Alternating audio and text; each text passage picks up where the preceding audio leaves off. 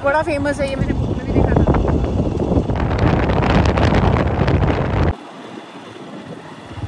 तुम ज़्यादा रिस्की से क्यों जा रहे हो?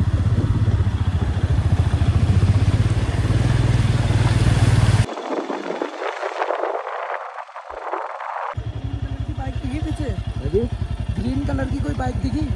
वो स्पोर्ट्स टाइप। हाँ यार वो बंदा खड़ा हुआ पीछे। पीछे खड़ा हुआ है। यहाँ पे है लगी हुई है दिल से लेके।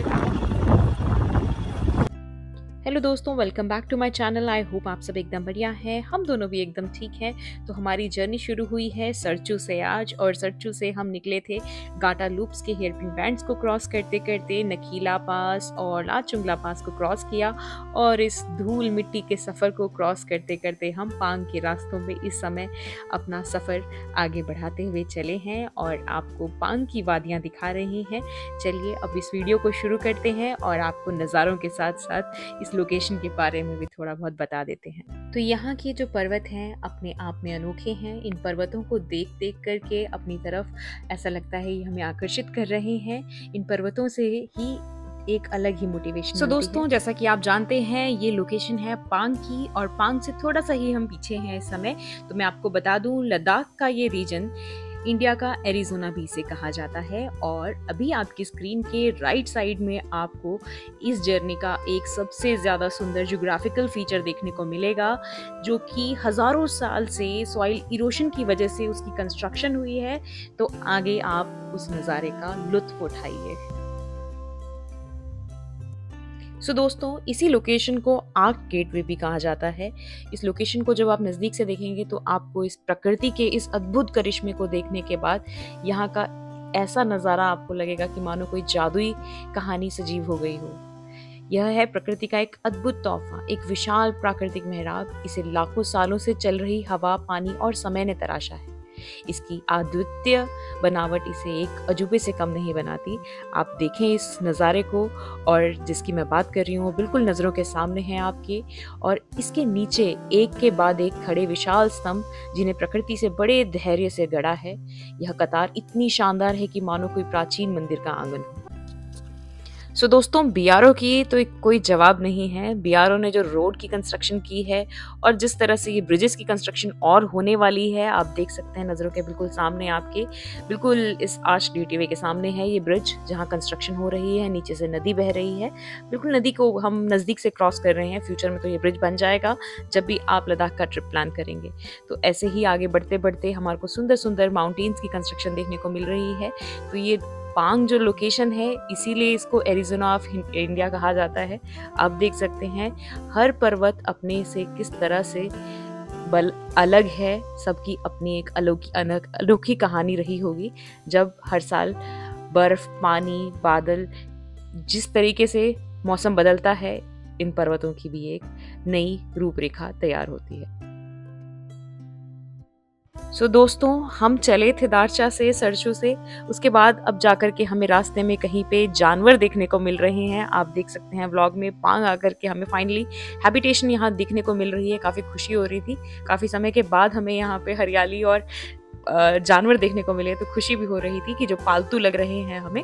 अदरवाइज तो जो वाइल्ड एनिमल्स थे वो तो हमें दिखे थे बीच में, शिप्स वगैरह, जब नकीला पास हमने क्रॉस किया था। तो इस रास्ते को क्रॉस करते करते दोस्तों, आप धूल मिट्टी बहुत थी, हमारे पूरे कपड़े यहाँ धूल मिट्टी से भर चुके हैं। तो एक रिकमेंडेशन आपके लिए भी ये रहेगी मेरी कि आप जब भी पांग के ट्रैवल करें, सरचू से पांग का रास्ता ट्रैवल कर रहे हो, तो हो सके तो अपने पुराने कपड़े ही पहन के चलिए, क्योंकि इतनी धूल मिट्टी होगी तो आपके कपड़े भी खराब होंगे।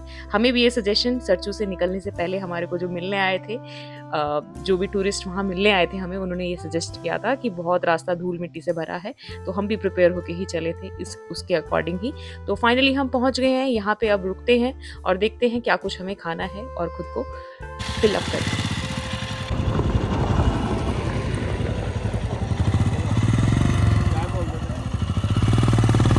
हम निकल रहे हैं क्योंकि बहुत ज़्यादा डस्ट थी, मैंने भी मुंह को कवर कर लिया है।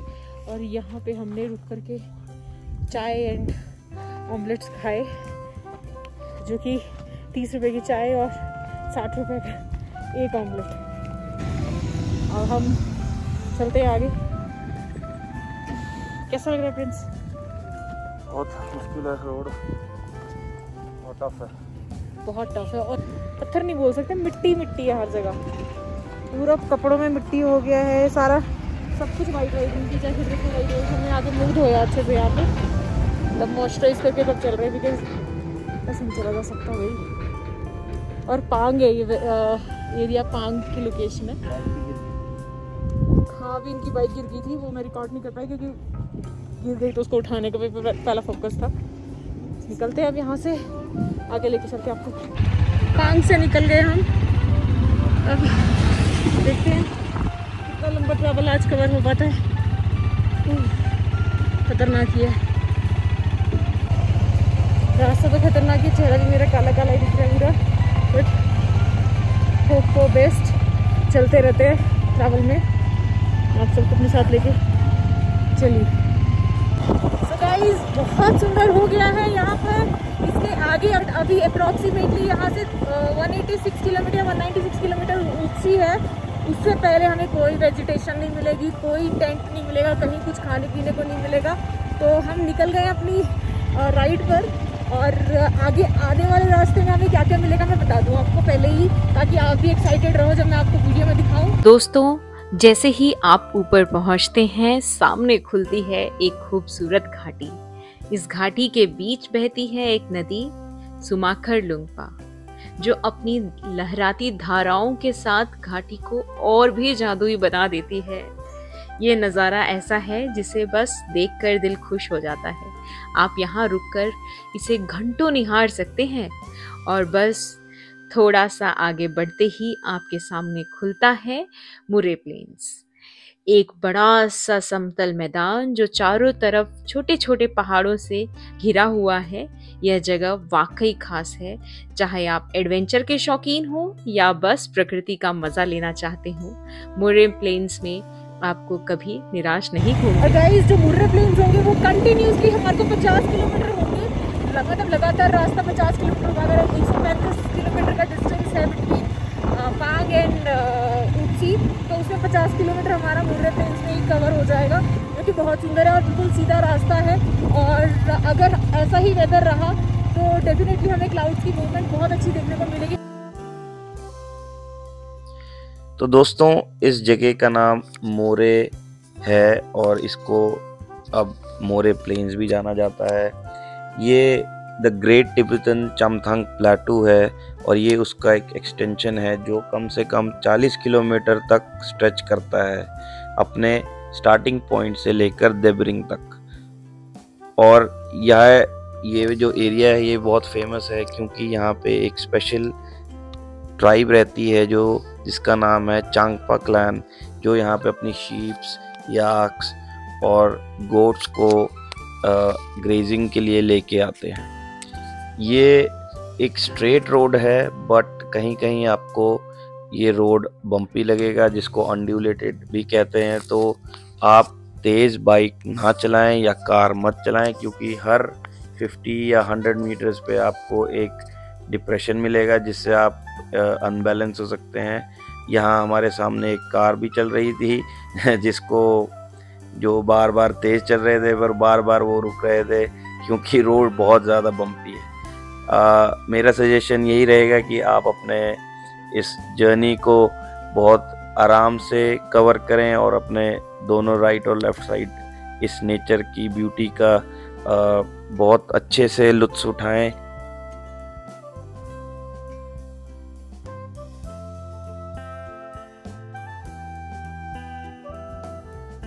सो दोस्तों, ये नज़ारा ऐसा है जिसे देख कर के दिल खुश हो जाता है। आप यहाँ रुक कर के ऐसा फील कर सकते हैं कि आप बिल्कुल टॉप ऑफ द माउंटेन में हैं, क्योंकि ऑलरेडी हम इतनी हाइट पे पहुँच चुके हैं। 15,000 फीट पे तो हम लाचुंगला के आसपास ही थे, तो अभी हम और ज़्यादा हाइट क्रॉस करने वाले हैं। मेरा बड़ा दिल था कि हम यहाँ रुकें, थोड़ी देर टाइम स्पेंड करें और कुछ अच्छे से टाइम लैप्स बनाएं, क्योंकि आप देख सकते हैं दोस्तों सामने कितना प्लेन एरिया है मोरे प्लेन्स का, और ऊपर बादलों की जो मूवमेंट है वीडियो में इस समय आपको उतनी अच्छे से समझ नहीं आ रही होगी, बट उस समय वहाँ से चलते हुए बादलों का रंग और स्काई को देखना, और नीचे ये हमारी बंजर ज़मीन जिसमें कोई पेड़ पौधा नहीं है, देख करके इतना सुंदर लग रहा था। बट प्रिंस ने यहाँ बाइक नहीं रोकी, हम लगातार ही चलते रहे, क्योंकि आप सबको पता है आज हमें ट्रैवल करना है सरजू से ले के लिए। तो अभी हम पांग पहुंचे हैं, पांग से मुरे प्लेन्स की तरफ हम चले हैं। मुरे प्लेन्स को क्रॉस करने के लिए अप्रॉक्सीमेटली 40 किलोमीटर्स क्रॉस करना था। और जिस याक के बारे में प्रिंस आपसे बता रहे थे, आप देख सकते हैं बिल्कुल स्क्रीन के सामने आपको याक देखने को मिलेंगे जो यहाँ ग्रेस कर रहे हैं। तो याक दिख गए हैं, दैट मीन्स कि अब देवरिंग दूर नहीं है। तो हम देवरिंग पहुंचने वाले हैं। वहाँ पर हैबिटेट है, लोग रहते हैं, अपने अपने जानवरों को रखते हैं ताकि रैन बसेरा उनको यहाँ पे इजीली हो जाए। तो बस चलते हैं, क्रॉस करते हैं मुरे प्लेन्स को और अपनी जर्नी को कंटिन्यू रखते हैं। सो दोस्तों, यहाँ पर जो कल्चर लोग फॉलो करते हैं, मैक्सिमम मुझे बुद्धिज़्म ही देखने को मिला। ओम मानी पद्मे हम, ये फ्लैग्स मैक्सिमम लोगों ने लगाए हैं और देख कर के इनका एक अलग ही फील है। देवरिंग में जिस तरह के ये फ्लैग्स को संजो कर लगाया था वो देखने में एकदम ही यूनिक लग रहा था। आगे वीडियो में आप देखिए, इन झंडों से जो कंस्ट्रक्शन की है, दूर से ऐसा लग रहा था कि पता नहीं क्या है एग्जैक्टली, बट नज़दीक जाकर के 5 रंगों का ये झंडों का ठहराव और आई गेस इनका टेम्पल है यहाँ पे, जो कि बहुत सुंदर लग रहा था। बट ये जगह लद्दाख और मनाली को जोड़ने वाले लेह मनाली हाईवे का हिस्सा है। लेकिन यह सिर्फ एक सफ़र नहीं दोस्तों, बल्कि एक ऐसा अनुभव है जो हमें ज़िंदगी भर याद रहेगा। ये नज़ारे, ये जो देखने को हमें यहाँ पे छोटे छोटे जीव जंतु मिल रहे हैं, इन सबको देख करके काफ़ी अच्छा लग रहा है। यहाँ की मिट्टी और यहाँ का पत्थर आपको किसी दूसरे ग्रह जैसे मंगल की याद दिला देगा। आप देख सकते हैं किस तरह से मिट्टी यहाँ तूफान के साथ उड़ती चली है। ताज़ी हवाएं हैं जो यहाँ चल रही हैं, साफ नीला आसमान है, शांत हवा है और एक गहरी खामोशी है। यह सब आपको एक दिव्य एहसास करवाते रहेगा, जैसा कि हम फील कर रहे हैं नज़ारे को सामने देखते देखते। ऐसा आई गेस आपको भी फील हो रहा होगा। तो अगर वीडियो पसंद आ रही है आपको, तो अभी लाइक भी कर दीजिए वीडियो को।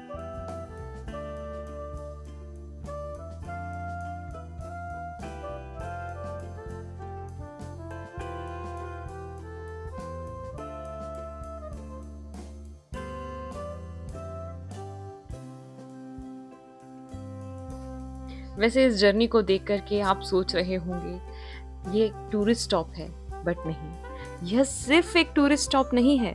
यह एक ऐसा ठहराव है जो आपकी ज़िंदगी में शोर शराबे को दूर ले जाता है। यहाँ आप खुद को ढूंढ सकते हैं, खुद को समझ सकते हैं, क्योंकि यहाँ ना नेट चलेगा, ना आपके पास कोई और टाइम पास होगा। आप यहाँ पर अपने आप के साथ जुड़े होंगे, अपने आप को फील कर सकते हैं। यहाँ रुक करके इन वादियों के बीच में इनको देख करके एक अलग ही शांति मिलती है।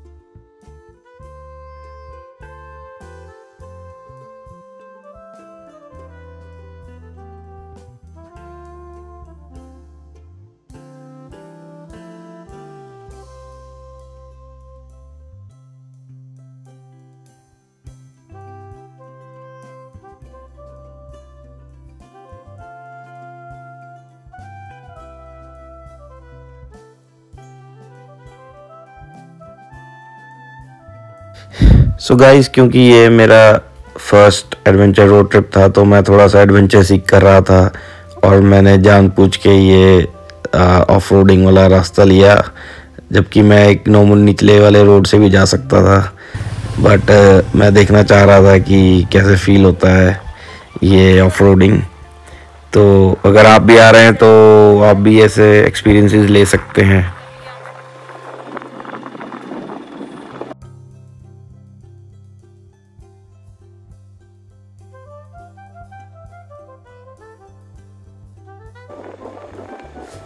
सो गाइस, जो सामने आप माउंटेन देख रहे हैं, ये तंगलंगला पास है, जो कि लेह वैली से पहला वाला पास है और लेह मनाली हाईवे का लास्ट माउंटेन पास है, जिसको क्रॉस करते ही आप लेह वैली में पहुंच जाते हैं। तो ये जो वाटर क्रॉसिंग है, इसको क्रॉस करते ही जो आप टर्न लेंगे यहाँ से, बिल्कुल ये आपको सामने दिखाई देगा कैसा ये कितना ब्यूटीफुल एक माउंटेन है, टेबल टॉप भी के शेप में है। ये बिल्कुल आपको एज ए टेबल दिखाई देगा, जो आपके लेफ्ट में एक फीचर दिख रहा है। और इसका नाम भी टेबल टॉप माउंटेन है, ये इस नाम से भी फेमस है। तो जब आप ये वाटर क्रॉसिंग टर्न करेंगे तो ये बिल्कुल एक टेबल की तरह दिखाई देगा, और यहाँ से आपको केवल 20 मिनट्स लगेंगे यहाँ तक पहुँचने में।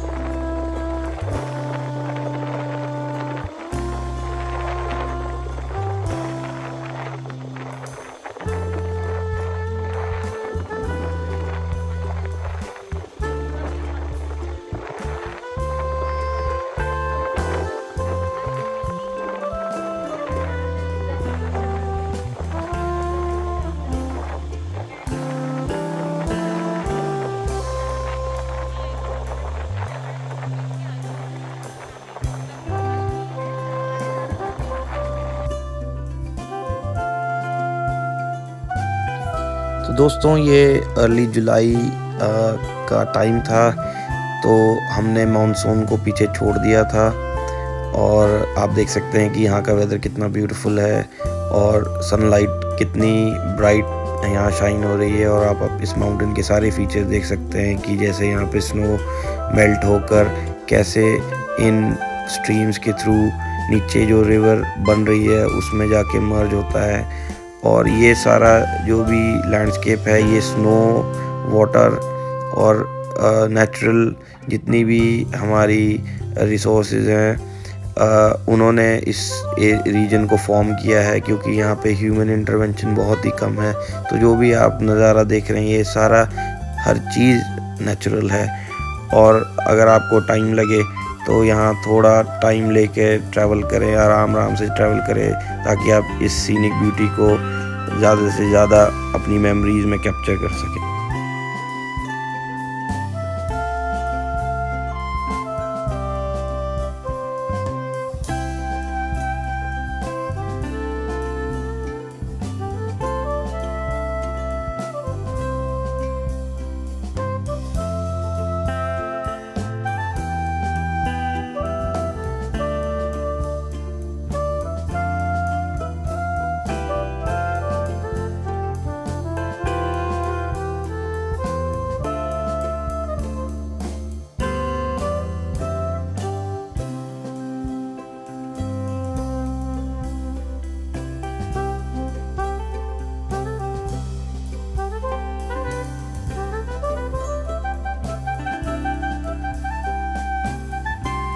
सो गाइज़ ये ट्रिप सबके लिए एक मेमोरेबल ट्रिप होता है। पूरे वर्ल्ड से लोग इस रोड ट्रिप को करने के लिए अपने लाइफ प्लानिंग कर लेते हैं, और यहाँ पे हर टाइप के ट्रैवलर्स आपको मिलते हैं। तो आगे आप देख सकते हैं कि एक फॉरेनर अपनी बाईसाइकिल पे इस ट्रिप को कंप्लीट करने की कोशिश कर रहे हैं। और ये कितना हमारी बाइक को इतना मुश्किल हो रही थी इस माउंटेन पर चलने के लिए, तो ये इंडिविजुअल तो खुद साइकिलिंग करके इस पास को क्रॉस करने की कोशिश कर रहे हैं, और इन्होंने किया भी। तो ये हर कोई नहीं कर पाता है, बहुत ही लकी होते हैं जो इस रोड ट्रिप को पूरा कर पाते हैं। मेरे को खुद 10 साल लगे इस ट्रिप को प्लान करने के लिए, बट फाइनली मैंने इतना करेज गैदर किया कि मैं इस ट्रिप को फाइनली पूरा कर सकूं। तो होपफुली आप भी मेरी इस जर्नी में मेरे साथ रहेंगे और इस रोड ट्रिप को फुली एंजॉय करेंगे जैसे कि मैंने किया।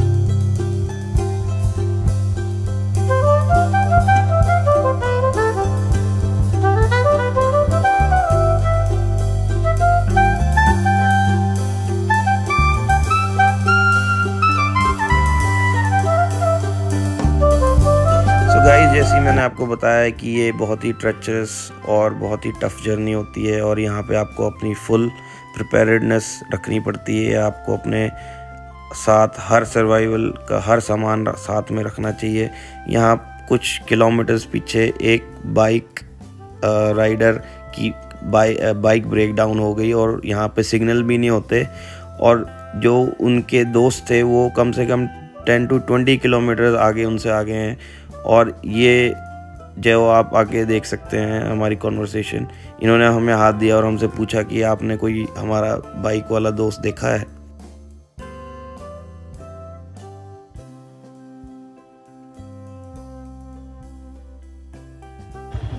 बाइक दिखी पीछे? ग्रीन कलर की कोई बाइक दिखी? वो स्पोर्ट्स टाइप? हाँ यार वो बंदा खड़ा हुआ पीछे खड़ा हुआ है। तो आप देख सकते हैं कि कैसे अगर आप ग्रुप में चल रहे हैं तो आपको कैसे वेट करना चाहिए अपने दोस्त का। ज़्यादा अपने या राइडर या किसी भी साथी से ज़्यादा दूर ना जाएं। अगर आपको लग रहा है कि वो आपके साथ नहीं है काफ़ी टाइम से तो प्लीज़ आप उनका चेक कर सकें, क्योंकि यहाँ पे सिग्नल बिल्कुल नहीं है, कम्युनिकेशन का कोई रास्ता नहीं है। तो ये लोग लकी थे कि हमने उन राइडर को देखा और उनसे पूछा भी आपको किसी हेल्प की ज़रूरत तो नहीं है, और ये अब जाके उसको शायद जाके हेल्प करेंगे और अपनी होपफुली अपनी जर्नी कंटिन्यू कर सकेंगे।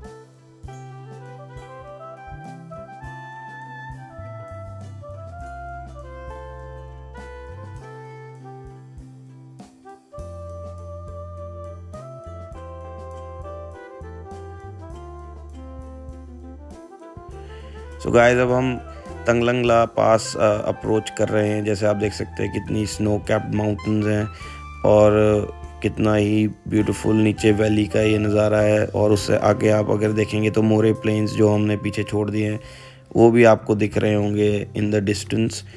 तो जैसे आप पास अप्रोच करते हैं तो रोड की जो कंडीशंस है ऑटोमेटिकली ख़राब होने लग जाती है। रीज़न बीइंग क्योंकि ये स्नो कैप्ड होते हैं और यहाँ से जब समर्स में वाटर मेल्ट होता है, स्नो मेल्ट होती है तो वाटर स्ट्रीम्स के थ्रू अपना रास्ता बनाती है। तो अगर जैसे रोड है तो जहाँ जहाँ से पानी जाएगा वो रोड ख़राब रहेगा। तो एक चीज़ और अपने जहन में रखें, प्लीज़ वाटरप्रूफ शूज़ लेके साथ लेके चले, क्योंकि आपको हर पास पे वाटर क्रॉसिंग्स मिलेंगी। ये गलती मैंने की थी, मैंने वाटरप्रूफ शूज़ नहीं लिए थे और मेरे पैर हमेशा गीले रहे जब मैंने बाइक चलाई है।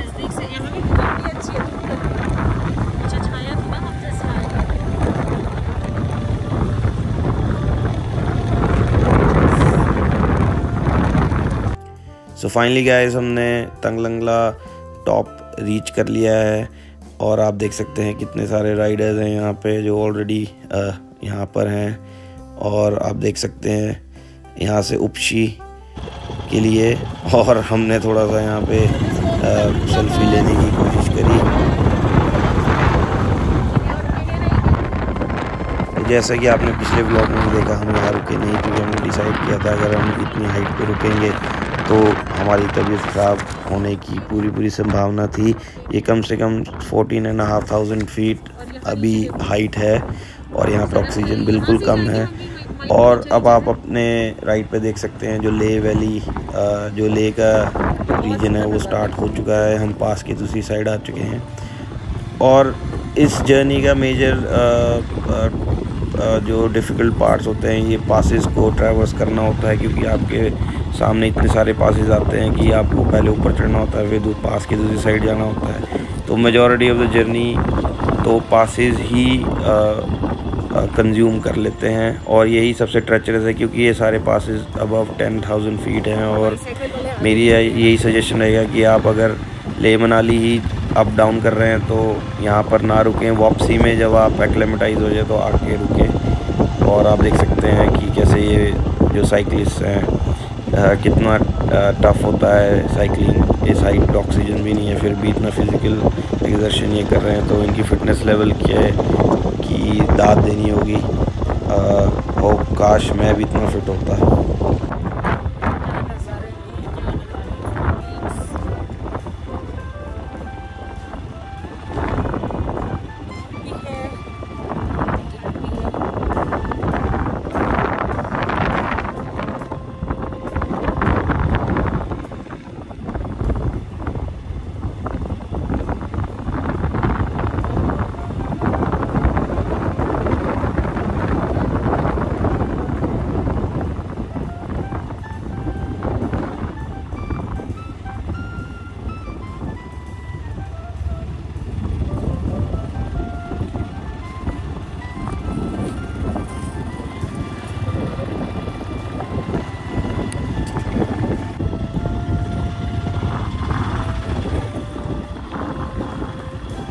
दोस्तों, आप इन वादियों को देख सकते हैं कितनी सुंदर लग रही है। अभी हमने पास की दूसरी साइड पीछे छोड़ दी है और पास के इस साइड हम आ गए हैं, जो दूसरी साइड से आपको एक टेबुलर माउंटेन लग रहा था। फ्रेंड्स ने आपको बताया पहले कि पूरे टेबल की शेप है, तो बिल्कुल उस टेबल के साथ साथ हम चले हैं। इस समय आप देख सकते हैं सड़क के साथ ही पूरी स्नो है, जो कि समर्स में भी हमें इतनी मिली थी, तो विंटर्स में कितनी ज़्यादा होगी आप एक्सपेक्ट कर सकते हैं। और जो यहाँ पहाड़ों का एक अलग ही लुक है, सामने आप देख सकते हैं कितना डिफरेंट ही फील आ रहा है इन पहाड़ों को देखने का। तो ये एग्जैक्टली अब हमने अपनी लेह की तरफ जर्नी कंटिन्यू कर दी है, तो आगे बढ़ते हैं। और आज लेह हमें इवनिंग में पहुंचना है, बट मेरा व्लॉग ऑलरेडी काफ़ी ज़्यादा लंबा हो गया है। आपको ये वादियाँ दिखाते हुए, मोरे प्लेन्स दिखाते हुए और पांग के आसपास का पूरा नज़ारा दिखाते हुए, तो मुझे तो काफ़ी अच्छा लग रहा था बाइक के पीछे बैठ कर के वीडियो आप सबके लिए रिकॉर्ड करना और साथ साथ इंजॉय करना। तो गाइज़, इसको वीडियो को और लंबा ना करके मैं यहीं क्लोज़ करूँगी। आप लोगों को जल्दी ही नेक्स्ट व्लॉग भी देखने को मिलेगा अपनी लेह की जर्नी का। आगे भी काफ़ी सुंदर स्पॉट्स आएंगे जो कि फर्दर नेक्स्ट व्लॉग में आपको ज़रूर दिखाएंगे। और आप देख सकते हैं लोग इन सड़कों को बनाने के लिए कितनी लेडीज़ हैं जो हार्ड वर्क कर रही हैं। और दोस्तों, अभी यहाँ इतनी हाइट पे जाकर के हमें तो ऑक्सीजन की कमी की वजह से काफ़ी दिक्कत हो रही थी चलने में भी, बट आप इमेजिन कीजिए जो यहाँ के लोग हैं लोकल, वो सड़कों को बनाने के लिए लगातार काम करते रहते हैं आप और हमारे जैसे टूरिस्ट को, ताकि यहाँ आके दिक्कत ना हो। तो आप देख सकते हैं ये है सामने वादियाँ यहाँ की तगलंगला पास की।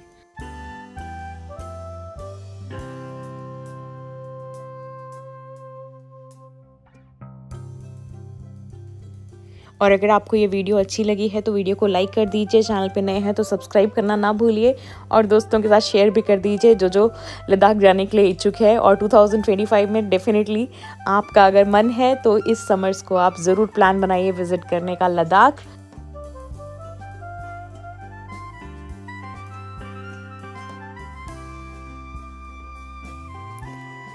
और आप देख सकते हैं अभी इतनी लंबी हाइट पे हम हैं, अप्रॉक्स 14,000 कुछ फीट है। अब हमें पूरी माउंटेन को बिल्कुल बॉटम में जाना है, नदी के पास एकदम।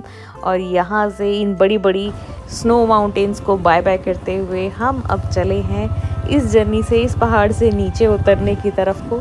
तो अगले व्लॉग में वो सारी चीज़ें भी आपको दिखेगी जो हमें पहाड़ को उतरते हुए देखने को मिलेंगी।